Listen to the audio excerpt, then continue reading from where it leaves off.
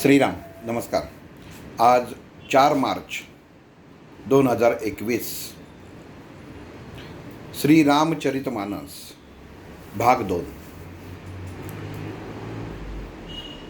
श्रीरामचरितमानस हे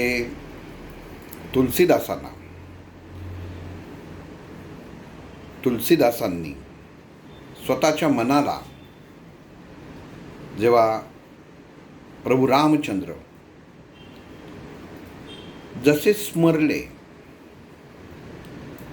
जसं प्रभू रामचंद्रांचं चरित्र कसं असेल आणि काय होतं याचं जेव्हा तुलसीदासांना आकलन झालं आणि ते त्यांनी रामचरितमानसमध्ये लिहिलेलं आहे, ज्याला आपण तुलसी रामायण ही सुद्धा आपण म्हणू शकतो. वाल्मिकी रामायण तसंच तुलसी रामायण असे 2 भाग आहेत. दोघा जणांचं मुख्यत्व आत्ता सर्वकडं अवेलेबल असलेलं ग्रंथ स्वरूपात या 2 आहेत. आपण मागील भागात पाहिलं की वाल्या जो जंगलामध्ये वाटमारी करून आपल्या कुटुंबाचं उदरनिर्वाह पोट भरत होता आणि जेव्हा महर्षी नारद मुनी त्या जंगलाच्या वाटेने काही साधूंबरोबर जात असताना वाल्या कोळी त्यांना अडवतो आणि तो जेव्हा त्यांना लुटणार तेव्हा नारद मुनी त्या वाल्याला सांगतात की तू हे ज्यांच्यासाठी करत आहेस ते तुझ्या कर्मफळामध्ये भागीदार होतील का हे तू जाऊन विचारून ये. आणि वाल्या कोळ्याला खात्री असते की आत्तापर्यंत मी ज्या कुटुंबासाठी, त्यांच्या सुखासाठी, त्यांच्या आनंदासाठी ही वाटमारी केलेली आहे, ते निश्चितच माझ्या प्रत्येक गोष्टीत भागीदार हे असतीलच. म्हणून नारद मुनींना एका झाडाला बांधून वाल्या जेव्हा घरी जातो आणि पत्नीला विचारतो तेव्हा, आणि पत्नी जेव्हा सांगते, मुलं सांगतात की आपण धन आणि धान्य कसं आणता याच्याशी आम्हाला कर्तव्य नाही, पण तुम्ही जर ते पाप मार्गाने आणत असाल तर त्याच्यात आम्ही भागीदार नाही, कारण कुटुंबाचा उदरनिर्वाह कसा चालवायचा हे कर्त्या पुरुषाचं काम आहे, पण तुमच्या पापामध्ये आम्ही सहभागी नाही. आणि त्याबरोबर वाल्याला हे कळून चुकतं की नारद मुनी जे त्यांनी सांगितलेलं आहे आणि आपण इतक्या वर्ष ही वाटमारी करून काय साध्य केलं, म्हणजे ज्यांच्यासाठी केलं ते जर साथ द्यायला तयार नसतील तर उपयोग काय. आपली खूप मोठी चूक झाली हे वाल्याच्या लक्षात येतं आणि तो नारदांचे येऊन पाय धरतो आणि त्यांना उद्धार करावा आपण माझा असं सांगतो. आता ज्याला कुठलीच बौद्धिक अक्कल नव्हती अशा वाल्याला नारद मुनींचे पाय धरावे आणि माझा उद्धार करावा, हे आपण जेव्हा एखाद्या चरित्रात, ग्रंथात लिहितो त्याप्रमाणे ते शब्द द्यायला लागतात किंवा लिहायला लागतात. जसं एक वाक्य मागच्या निरूपणामध्ये मी म्हटलं होतं की जेव्हा गुरु समोर येतात तेव्हा शिष्याला सुद्धा कळणं गरजेचं असतं की हे माझे गुरु आहेत. या वाक्याचा अर्थ माझ्या बहिणीने मला विचारला की हे मला काही पटत नाही, की शिष्याला कसं कळणार की अमुक गुरु आहेत आणि हे त्यांना गुरुंना कसं ओळखणार. गंमत अशी आहे गुरु या शब्दाचा अर्थ काय? गु म्हणजे अंधार आणि रु म्हणजे उजेडाकडे नेणारा, उजेड. म्हणजे जो ज्ञान कृती यातून अंधारातून उजेडाकडे नेतो तो गुरु. मग आपण अर्थ घेताना की समोरचा व्यक्ती, आपण एखाद्या रस्त्यामध्ये एखाद्याला पत्ता विचारतो की अमुक अमुक ठिकाणी आम्हाला जायचं आहे, तर एवढा पत्ता सांगता का? आपल्याला पत्ता माहीत नाही, म्हणजे वैचारिकतेने आपण अंधारात असतो, अंध असतो. आणि ती व्यक्ती जिला आपण पत्ता विचारलाय ती मग आपल्याला सांगते की असं जा, डावीकडे वळा, उजवीकडे वळा, म्हणजे तिथं तुम्हाला तुमचा पत्ता तुम्ही जो शोधताय तो मिळेल. म्हणजेच काय झालं, मनामध्ये पत्ता होता पण ठिकाण माहीत नव्हतं, म्हणजे अंधार होता. पण जसं तो अनोळखी माणूस भेटला आणि त्यांनी सांगितलं की अमुक ठिकाणी जा, म्हणजे प्रकाशाकडे नेलं, म्हणजे तुम्हाला त्या स्थानापर्यंत नेऊन पोचवलं, हाही गुरुच झाला. जसं आपण एखाद्या रिक्षात जातो, एखाद्या एस टीमधनं प्रवास करतो, त्या रिक्षाचा असो नाही तर त्या एस टीचा जो ड्रायव्हर असतो, चालक असतो, हा भगवंत स्वरूप असतो, श्रीकृष्ण स्वरूप असतो. कारण आपल्या त्या क्षणी आपण प्रवास करणाऱ्या रथाची दोर, स्टेरिंग त्याच्या हातात असतं. ड्रायव्हर जर चुकला तर अपघात होणारे हे निश्चित असतं. म्हणून त्याच्याकडे बघताना ड्रायव्हर म्हणून पाहू नका, असं मला मागं एकदा डॉक्टरांनी सांगितलेलं होतं. की ड्रायव्हर नसतो, तो भगवंत असतो. ड्रायव्हर म्हणजे चालवणारा. आपण बघा, स्क्रू ड्रायव्हर, ड्रायव्हर म्हणजे चालवणारा. मग चालवणारा कोण आहे? तो आहे परमात्मा, भगवंत. मग तसं आपण जेव्हा एखाद्याकडं ज्ञान घ्यायला जातो, एखादा क्लास लावतो, तेव्हा आधी खात्री करतो, आपल्याला ओळखायला लागतं की ज्यांच्याशी मी बोलतोय, ज्यांच्याशी आपल्याला ज्ञान प्राप्त करायचं आहे, ती व्यक्ती व्यवस्थित ज्ञान देणारी आहे का? क्षमस्व, व्यवस्थित ज्ञान देणारी आहे का? याचं कारण असं, चुकीचं ज्ञान प्राप्त झालं तर नंतरचं आपलं भविष्य, म्हणजे नंतर होणारी कृती ही चुकीचीच होते. ह्या अनुषंगाने जे वाक्य मागच्या निरूपणात मी म्हटलं की शिष्याला सुद्धा गुरु ओळखता यायला पाहिजे. आणि तो जर ओळखता आला नाही, शिष्याला सुद्धा गुरु ओळखता आला पाहिजे. म्हणजेच काय, आपल्याला जो समोर मार्गदर्शन करणार आहे हा योग्य आहे की नाही हे कळणं गरजेचं असतं. इथं वाल्यानी नारद मुनींचे चरण धरले आणि त्यांना सांगितलं की आपण काय असेल ते सांगा. म्हणजे याचा अर्थ असा आहे की आत्तापर्यंत वाटमारी करत होतो, पण कोणीही हे ज्ञान दिलं नाही किंवा कोणीही सांगितलं नाही की घरी जाऊन विचार. आज पहिल्यांदाच अशी समोर व्यक्ती दिसलेली आहे की जिनी सांगितलं की घरी जाऊन खात्री करून ये, कन्फर्म करून ये. आणि तेव्हा वाल्याच्या मनामध्ये हा प्रश्न निर्माण झाला की समोर सांगणारी व्यक्ती ही काही साधी नाही. नीट लक्षात घ्या, उद्धार ज्यांनी केला ते नारद मुनी हे स्वर्गात असतात, ब्रह्मर्षी आहेत, हे वाल्याला माहीत नव्हतं. फक्त आपल्याला जे घरी जाऊन विचारून ये ही सांगणारी व्यक्ती ही समोर केवळ व्यक्ती आहे, या दृष्टिकोनातून वाल्या पाहत होता.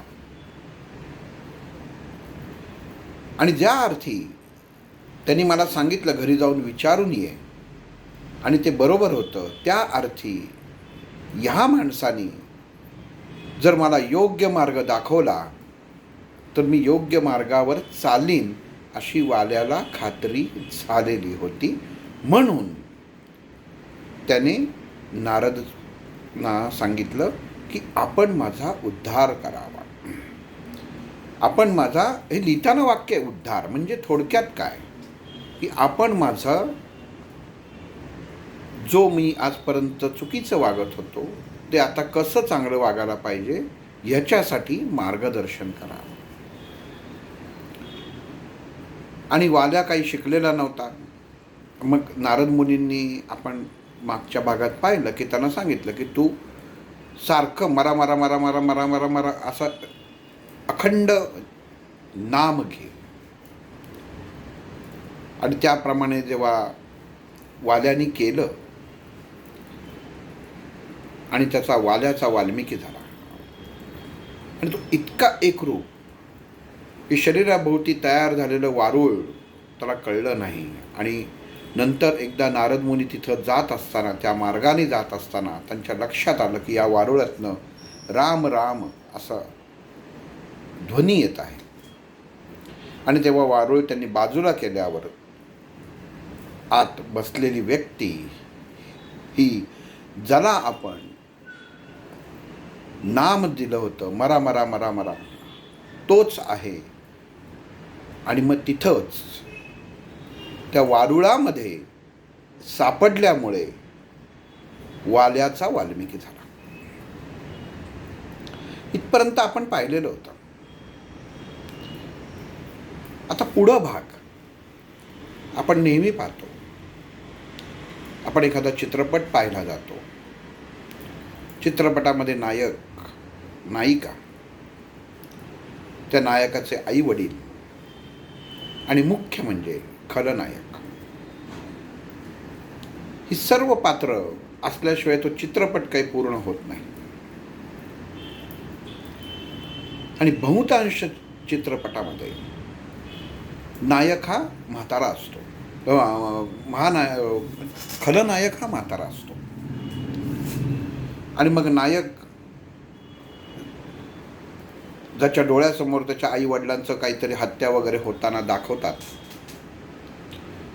आणि मग तो शपथ घेतो की मी याला मारेन वगैरे वगैरे. हे सांगायचा हेतू असा की आपण आता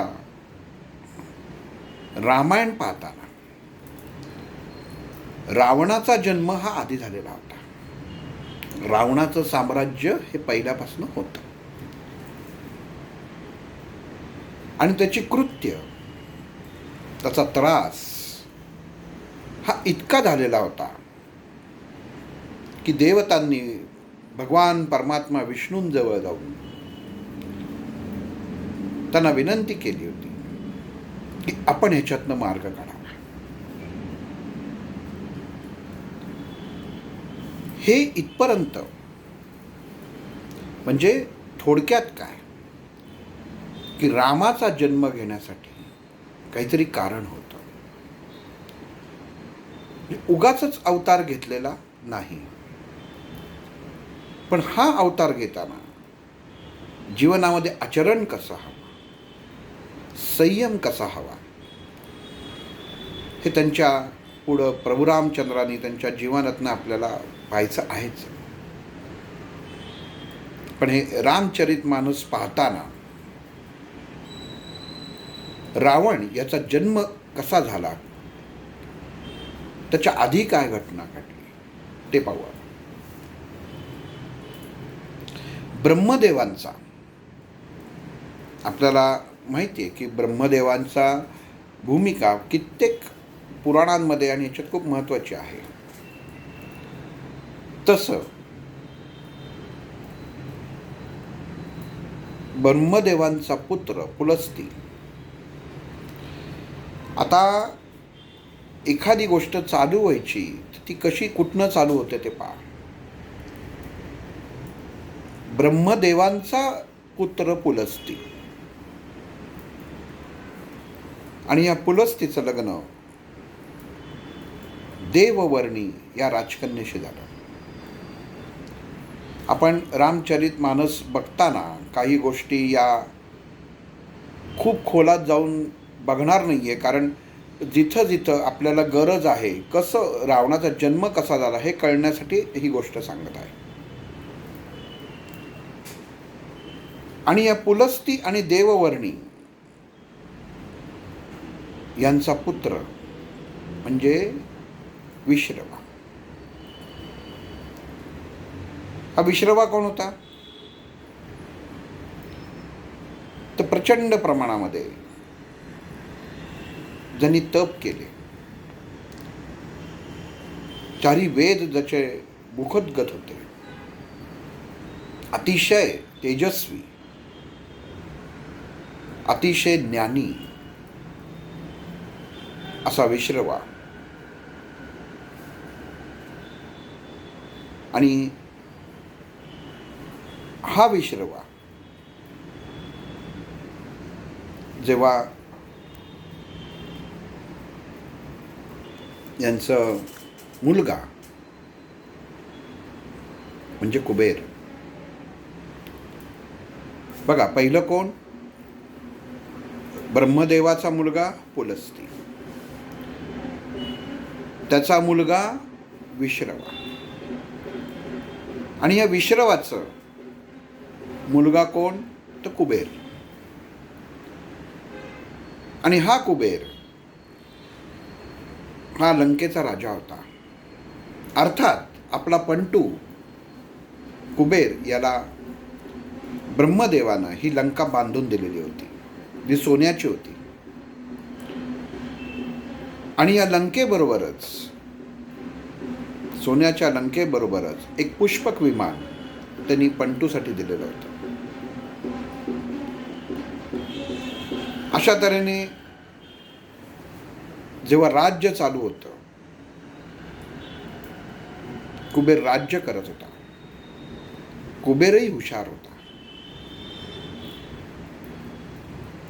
पण म्हणतात ना की जसं कुठं ना कुठं तरी माशी ही शिंकतेच.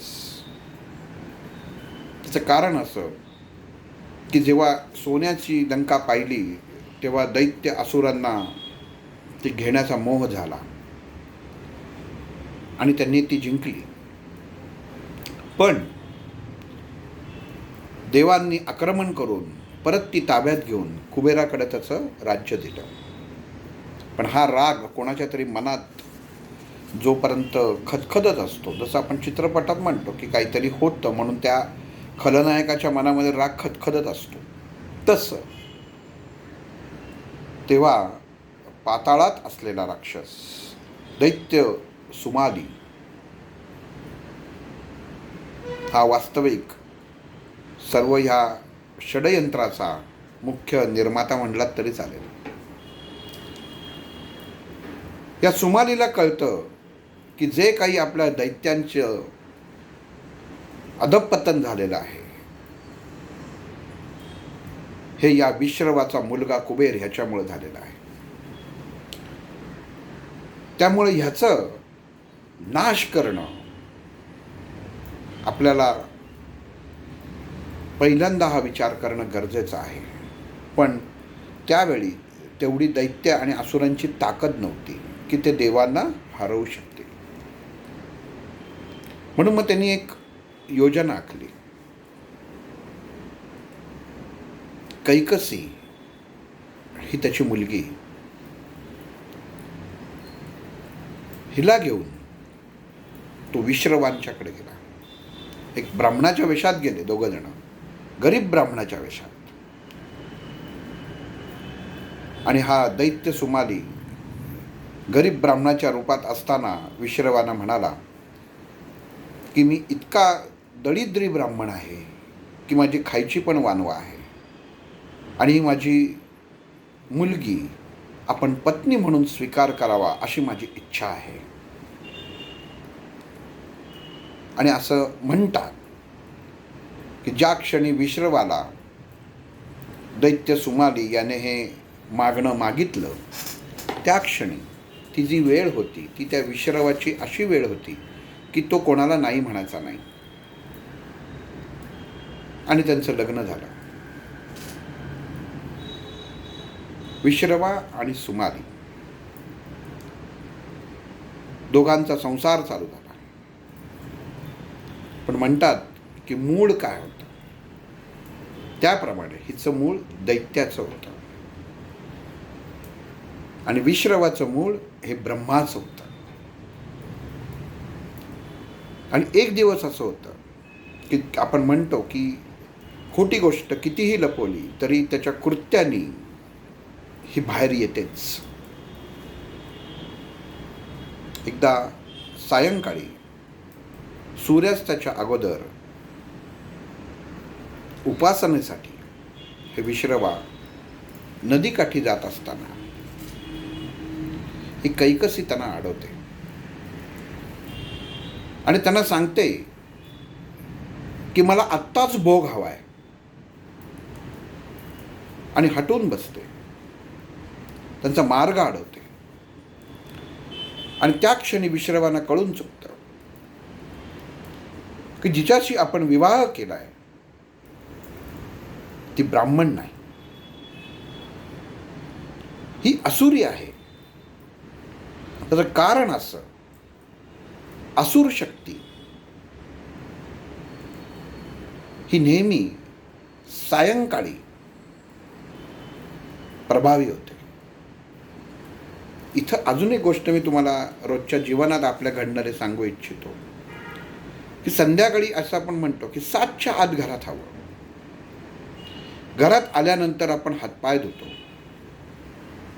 देवाजवळ दिवा लावतो, शुभंकरोती म्हणतो, भीमरूपी म्हणतो, रामरक्षा स्तोत्र म्हणतो. त्याचं कारण काय? कारण संध्याकाळची वेळ ही असुरांची वेळ असते. असुरी शक्ती सूर्यास्तानंतर किंवा सूर्यास्ताच्या वेळी कार्यान्वित असते. हे आजही आहे. म्हणून 7च्या आत साधारण जी आपण सूर्यास्ताची वेळ ठरलेली आहे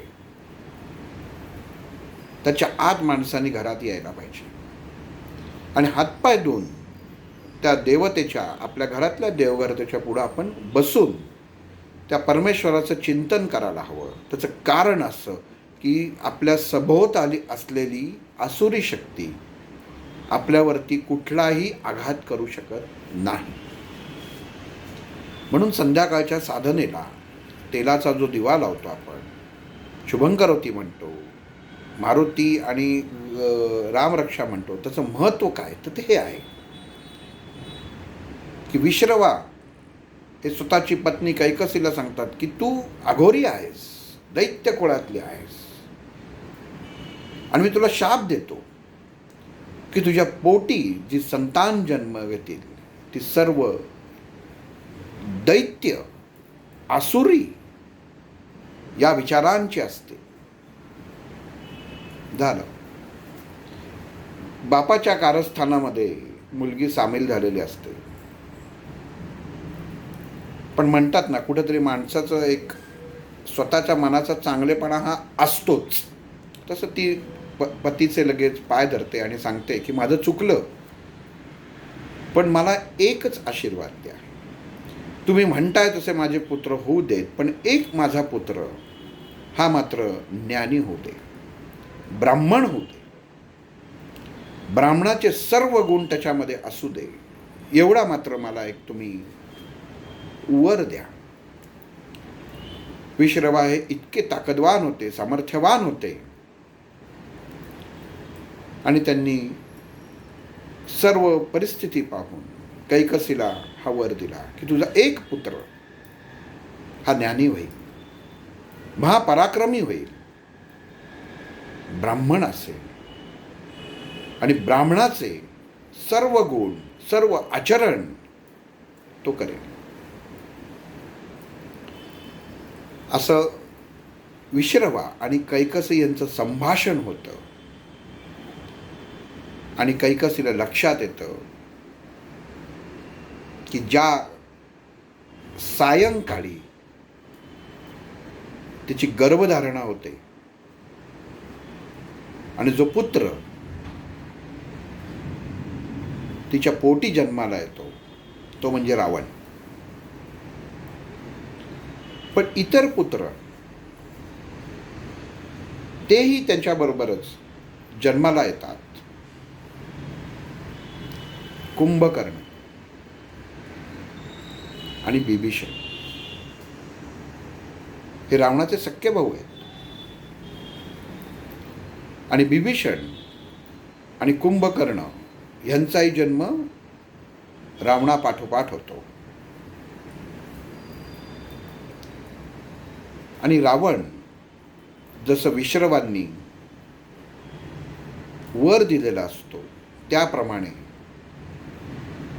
पुढे महाज्ञानी दशग्रंथी ब्राह्मण महापराक्रमी असा होतो. पण कुंभकर्ण आणि बिभीषण यांच्यावर, या तिघांवरती जसे संस्कार होतात तसं संस्कारामध्ये या तिघांना काय मिळतं आणि मग रामायण कुठलं वळणावर येतं हे पुढील भागात पाहू. श्रीराम.